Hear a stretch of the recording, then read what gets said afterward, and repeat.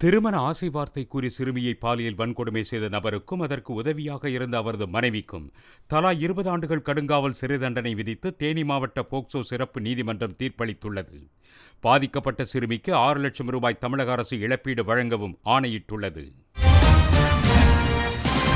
ஓசூர் மாநகராட்சியில் போக்குவரத்து நெரிசல் அதிகம் காணப்படும் பாகாலூர் சாலை குண்டும் குழியுமாக இருப்பதால் ஆபத்தான நிலையில் பயணம் செய்ய வேண்டியிருப்பதாக பொதுமக்கள் கவலை தெரிவித்துள்ளனர்.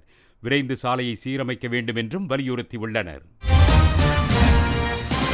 காஞ்சிபுரம் மாவட்டம் ஆரப்பாக்கம் கிராமத்திற்கு செல்லும் 3 கிலோமீட்டர் நீள சாலை 3,50 லட்சம் ரூபாய் செலவில் போடப்பட்டது. ஆனால் சாலை போட்ட 2 நாட்களில் பெயர்ந்து வருவது பொதுமக்களிடையே அதிர்ச்சியை ஏற்படுத்தியுள்ளது. திண்டுக்கல் மாவட்டம் பழனியில் சிதிலமடைந்த நிலையில் செயல்பட்டு வரும் அங்கன்வாடி மையத்தை இடிந்து விழும் முன்பு சரி செய்ய வேண்டும் என அப்பகுதி மக்கள் கோரிக்கை விடுத்துள்ளனர்.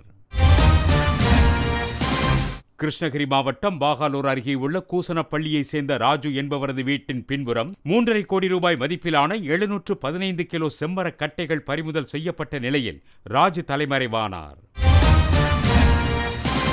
பல்லடம் நகராட்சி பகுதிகளில் கடந்த 40 நாட்களுக்கு மேலாக முறையாக குடிநீர் விநியோகிக்கவில்லை என கூறி காலி குடங்களுடன் நகராட்சி அலுவலர்களுடன் பொதுமக்கள் வாக்குவாதத்தில் ஈடுபட்டனர். காவல்துறையினர் உறுதி அளித்ததை அடுத்து பொதுமக்கள் கலைந்து சென்றனர். பல்லடம் அருகே கரைப்புதூர் பகுதியில் உள்ள பின்னலாடை அரவை ஆலையில் ஏற்பட்ட தீ விபத்தில் 20 லட்சம் ரூபாய் மதிப்பிலான பொருட்கள் எரிந்து சாம்பலாயின. 1 மணி நேர போராட்டத்துக்கு பின் தீ அணைக்கப்பட்டது.